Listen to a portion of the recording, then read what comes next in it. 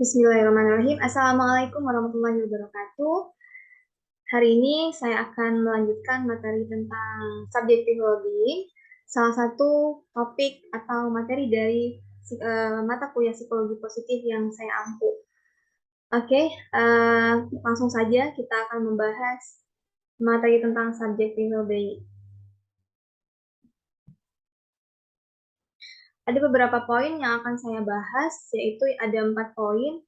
Yang pertama itu adalah tentang definisi dari subjective well-being, kemudian aspek dari subjective well-being, kemudian faktor yang mempengaruhi seseorang itu menjadi subjective well-being, dan terakhir itu adalah bagaimana sih implementasinya dalam kehidupan sehari-hari, atau bagaimana sih hasil dari penelitian yang melakukan penelitian atau menggali tentang subjective well-being. Sebelum saya melanjutkan membahas materi pada hari ini, ada baiknya untuk mensubscribe dan menekan tombol lonceng, kemudian komen dan juga silakan di-share. Semoga video ini bermanfaat untuk banyak orang. Oke, yang pertama saya akan membahas definisi tentang subjective well-being. Apa sih subjective well-being itu? Nah, ini adalah salah satu topik seperti yang saya katakan tadi, salah satu topik dari psikologi positif, yang mana psikologi positif itu ada ilmu bagaimana sih seseorang itu bisa mencapai kebahagiaan dalam hidupnya. Nah, jadi definisi dari subjective well-being itu sendiri adalah kesejahteraan subjektif yang didefinisikan sebagai evaluasi kognitif dan afektif seseorang. Ini tertutup sama muka saya. Kesejahteraan subjektif didefinisikan sebagai evaluasi kognitif dan afektif seseorang tentang hidupnya. Evaluasi ini mencakup reaksi emosional terhadap peristiwa serta penilaian kognitif tentang kepuasan dan pemenuhan. Nah, ini menurut Dinar ya. Jadi dia menjelaskan bahwa subjective well-being itu bagaimana sih kita menilai hidup kita, evaluasi kognitif dan afektif, artinya bagaimana kita berpikir tentang hidup kita, apakah memuaskan gitu, apakah banyak positifnya ataukah banyak negatifnya, dan ada evaluasi afektifnya juga atau emosional, bagaimana kita merasakan kehidupan seperti itu ya. Sehingga kesejahteraan subjektif itu adalah konsep yang sangat luas yang mencakup pengalaman emosi yang menyenangkan, tingkat suasana hati negatif yang rendah, dan kepuasan hidup yang tinggi. Jadi seseorang dapat dikatakan sejahtera secara subjektifnya, sejahtera secara psikologisnya ketika pengalaman emosinya yang menyenangkan, hal yang menyenangkan dalam hidupnya itu lebih tinggi daripada hal negatif atau emosi negatifnya, atau kebahagiaannya itu lebih tinggi daripada kesedihannya seperti itu. Sehingga dia mencapai kepuasan hidup yang tinggi. Nah, seperti itu Dinar menjelaskan definisi tentang subjective well-being. Nah, kemudian pada poin selanjutnya, pengalaman positif yang diwujudkan dalam kesejahteraan subjektif yang tinggi adalah konsep inti dari psikologi positif, karena pengalaman itu membuat hidup lebih bermanfaat. Nah, jadi tidak hanya bagaimana individu atau manusia itu bisa mencapai kebahagiaan dalam hidupnya, tujuan dari psikologi positif, namun juga bagaimana pengalaman-pengalaman yang dijalani dalam hidup, yang dilewati dalam hidup manusia itu bisa menjadi lebih bermanfaat untuk bagi orang lain. Itu adalah tujuan dari psikologi positif. Jadi kesimpulannya, definisi dari subjective well-being itu adalah bagaimana seseorang itu mengevaluasi dirinya, mengevaluasi kehidupannya. Apakah kehidupannya itu lebih banyak bahagianya atau menyenangkan, ataukah sebaliknya. Nah, jadi penilaian terhadap dirinya itu bisa dikatakan bahwa seseorang itu apakah subjective well-being apa enggak. Kalau dia menilai hidupnya itu banyak senangnya, banyak bahagianya, kemudian emosi positifnya lebih banyak daripada emosi negatifnya, dan ia puas dengan kehidupannya. Nah, inilah dikatakan bahwa seseorang itu adalah seseorang yang subjective well-being, atau seseorang yang sejahtera secara psikologisnya itu udah sejahtera itu seperti itu. Nah, jadi Anda dapat melihat kembali ke diri Anda, apakah Anda sudah subjective well-being apa belum, gitu ya. Jadi ini penilaian kita terhadap diri kita sebetulnya. Nah, kemudian yang selanjutnya itu adalah tentang dimensi dari subjective well-being. Nah, dimensi ini sebetulnya saya akan menjelaskan tentang aspek dari subjective well-being karena materi ini akan relate dengan mata kuliah konstruksi alat ukur sebetulnya ya. Namun teori subjective well-being ini dia tidak mengungkapkan aspek, tapi dimensi. Yang namanya dimensi itu sebetulnya lebih besar dari aspek gitu ya. Tapi nggak apa-apa kalau untuk pengukuran ini bisa digunakan dimensi juga walaupun nggak ada aspeknya. Jadi dimensi dari subjective well-being itu ada dua, yaitu kognitif dan afektif. Sebagaimana definisinya tadi ya, jadi evaluasi kognitif dan evaluasi afektif individu terhadap kehidupannya, terhadap bagaimana ia menjalani kehidupan. Jadi secara kognitif dia menilai hidupnya dan juga secara afektif dia merasakan kehidupannya gitu. Jadi yang kognitif itu bagaimana ia menilai kehidupannya, kemudian afektif itu bagaimana ia merasakan gitu ya. Nah, jadi ini penjelasannya yang pertama itu adalah dimensi kognitif. Nah, yaitu kepuasan hidup yang merupakan bagian dari dimensi kognitif dari subjective well-being. Life satisfaction atau kepuasan hidup merupakan penilaian kognitif seseorang mengenai kehidupannya. Apakah kehidupan yang dijalaninya itu berjalan dengan baik? Ini merupakan perasaan cukup, damai, dan puas dari kesenjangan antara keinginan dan kebutuhan dengan pencapaian dan pemenuhan. Maksudnya penilaian, ini kata kuncinya di sini. Penilaian kognitif.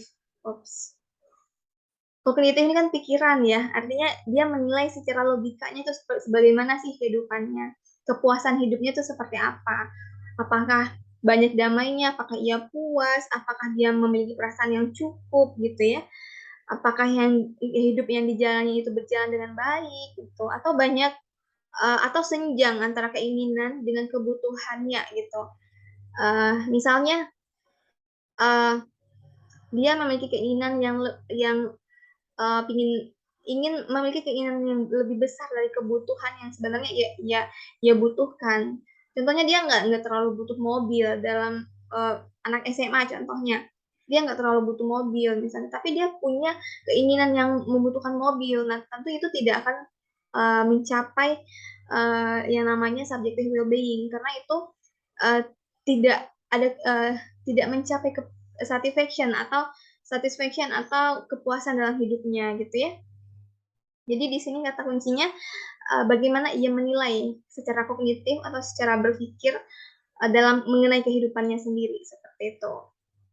Nah, kemudian yang kedua adalah dimensi afektif. Nah, dimensi afektif ini didefinisikan sebagai afek. Afek ini perasaan ya atau emosi di mana di dalamnya itu termasuk mood dan emosi yang menyenangkan dan tidak menyenangkan. Nah, kalau yang kognitif ini evaluasi bagaimana ia berpikir, kalau yang afektif ini kembali lagi saya jelaskan bahwa afektif ini adalah bagaimana ia merasakan gitu ya, termasuk mood dan emosi yang menyenangkan atau tidak yang menyenangkan gitu.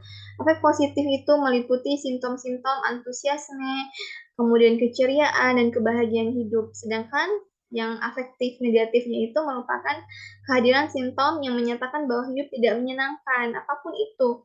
Contohnya kekecewaan, sakit hati gitu ya. Kemudian sedih dan lain-lain, kesal, dendam. Nah, itu kan merupakan afek-afek negatif. Nah, mana sih yang lebih banyak positifkah atau negatifkah? Nah, jadi dimensi ini bisa kita definisikan sebagai tanda ya. Tanda-tanda orang yang subjective well-being itu bisa kita lihat dari dua dimensi ini, secara kognitif dan secara afektif. Jadi kalau orang mau bikin pengukuran, itu dasarnya selain definisi tadi teorinya, itu diturunkan melalui dimensi ini yang nanti akan menjadi indikator. Nah, jadi di sini kita bisa melihat orang itu subjective well-being apa enggak, sejahtera secara psikologisnya apa enggak, itu dari dua dimensi ini gitu ya. Bagaimana dia mengevaluasi kehidupannya dan bagaimana ia merasakan kehidupannya itu, apakah emosi positifnya yang lebih banyak ataukah emosi negatifnya.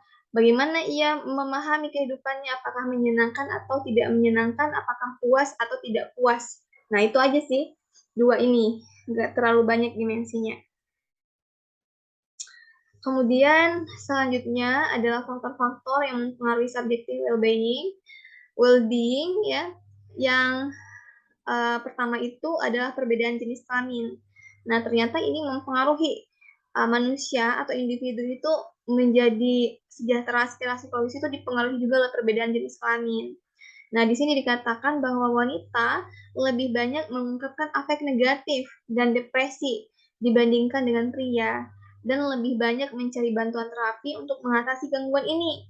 Nah, kalau hasil riset mengatakan bahwa uh, pria itu lebih sejahtera secara psikologisnya atau lebih subjective well-being gitu.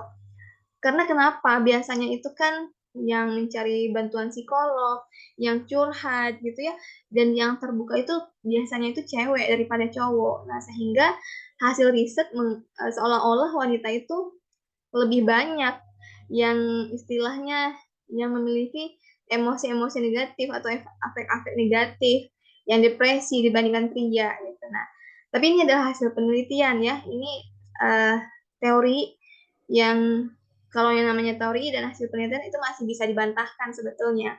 Nah, tapi hasil penelitian yang teori ini mengatakan bahwa ternyata perbedaan jenis kelamin itu mempengaruhi. Nah, mungkin karena laki-laki itu punya coping yang lebih bagus daripada perempuan. Kalau perempuan itu kan lebih emosional. Kalau laki-laki masalah problem solvingnya apa gitu. Kalau perempuan ini kan biasanya kalau punya masalah itu lebih heboh daripada laki-laki gitu ya. Kalau laki-laki itu kan sendiri berpikir bagaimana solusinya kalau punya masalah. Kalau perempuan itu ngomong sana ngomong sini gitu biasanya seperti itu, sehingga seolah-olah perempuan itu lebih tidak sejahtera dibandingkan laki-laki. Nah, ini teorinya faktor yang mempengaruhi. Kemudian yang kedua itu adalah tujuan. Maksudnya gimana? Orang-orang merasa bahagia ketika mereka mencapai tujuan yang dinilai tinggi dibandingkan dengan tujuan yang dinilai rendah. Nah, jadi kalau hidup itu tuh harus punya tujuan gitu.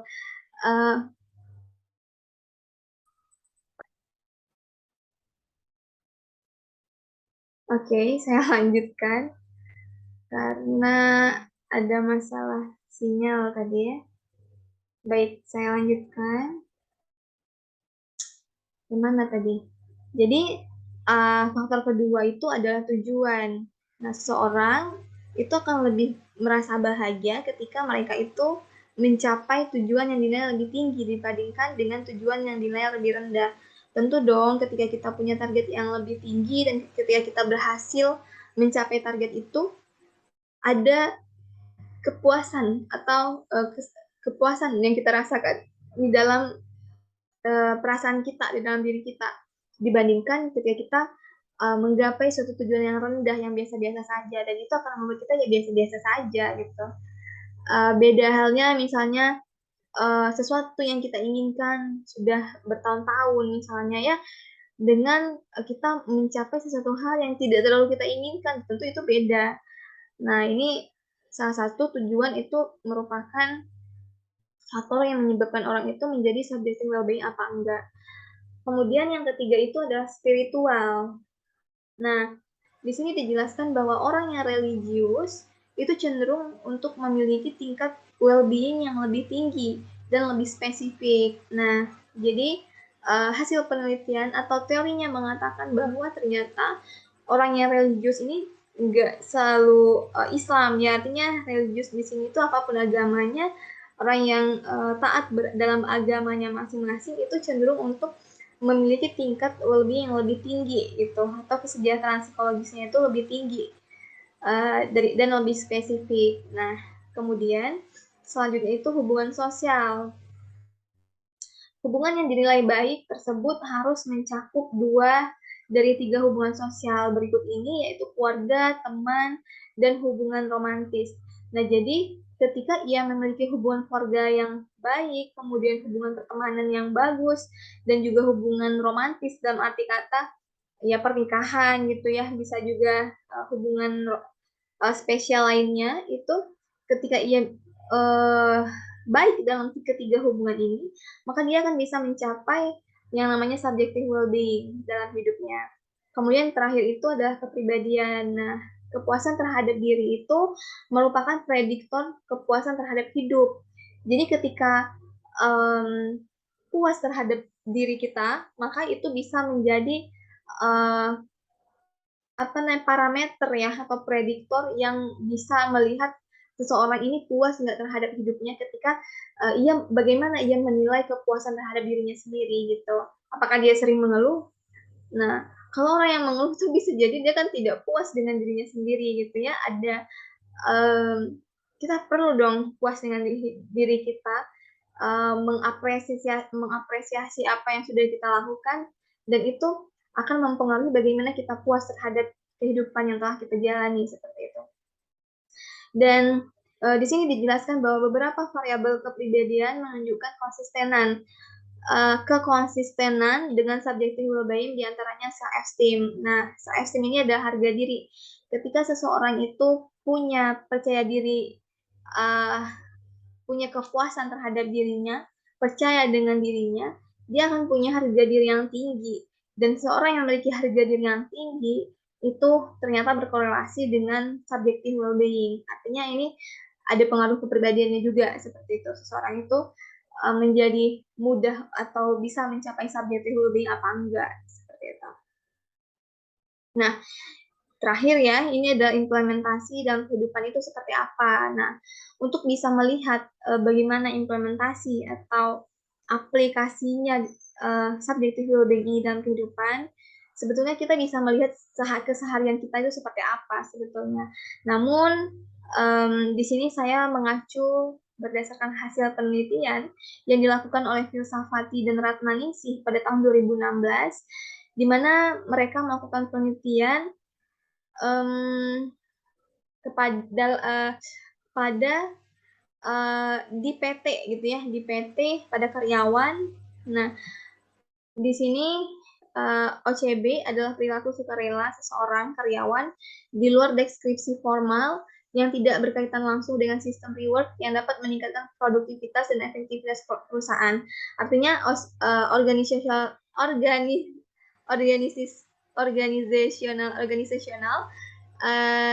citizenship behavior ini atau disingkat OCB ini adalah perilaku sukarela gitu karyawan gitu ya, di luar dari job desk-nya gitu yang tidak berkaitan langsung dengan sistem reward. Jadi ini diteliti penyebab munculnya OCB ini adalah salah satunya adalah ketika karyawan merasakan afek positif atau bahagia gitu, bisa dibilang sejahtera gitu. Individu yang merasakan afek positif ini lebih sering daripada afek negatifnya disebut sebagai individu yang subjective well-being yang tinggi ya. Jadi sebagaimana kita tahu tadi, SWB yang tinggi itu adalah ketika afek positifnya itu lebih tinggi daripada afek negatifnya. Nah, hasil penelitian ini menunjukkan bahwa karyawan pada PT ini ya, dilakukan penelitian, memiliki tingkat ACB yang tinggi karena memiliki tingkat SWB yang tinggi pula. Nah, jadi ada korelasi. Di sini bisa dilihat bahwa sumbangan korelasinya itu adalah 18,2%. Memang tidak terlalu besar, sedangkan 81,8% sisanya berasal dari faktor-faktor yang lain yang tidak diungkap dalam penelitian ini. Intinya kita bisa melihat bahwa adanya korelasi antara perilaku sukarela yang tidak ada reward-nya. Jadi mungkin mereka bekerja lebih tapi tidak ada tambahan gajinya seperti itu.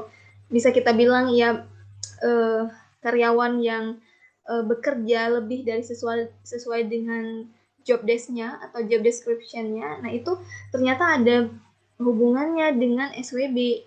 Ketika mereka merasa bahagia, mungkin di tempat kerja, mereka diperlakukan dengan baik gitu oleh atasannya atau di lingkungan kerjanya support teman-temannya dan lingkungannya, mereka merasa bahagia gitu, dan secara tidak langsung ternyata mereka itu berkorelasi perilaku mereka itu dengan uh, OCB ini atau semangat kerjanya, mungkin kita bisa bilang dengan semangat kerja kali ya, atau perilaku pekerjaan yang dilakukan di luar dari job desk-nya, di luar dari apa yang seharusnya mereka kerjakan dan tidak ada reward-nya. Jadi mereka senang aja itu ngerjain pekerjaan yang over mungkin ya, yang lebih uh, tidak yang seharusnya mereka kerjakan, lebih dari porsinya gitu ya.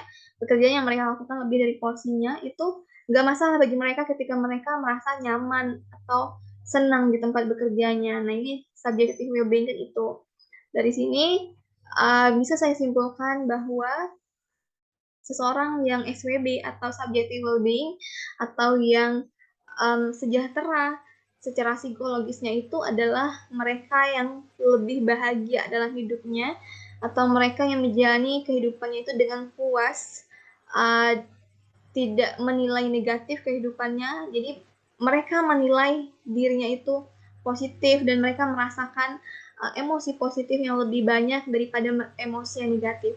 Bukan berarti mereka tidak merasakan sedih, namun digarisbawahi bahwa emosi positif itu lebih banyak daripada emosi negatifnya dan mereka puas dengan kehidupannya. Nah, itu adalah subjective well-being dan bisa kita lihat dari dua dimensi kognitif dan dimensi afektif seperti itu.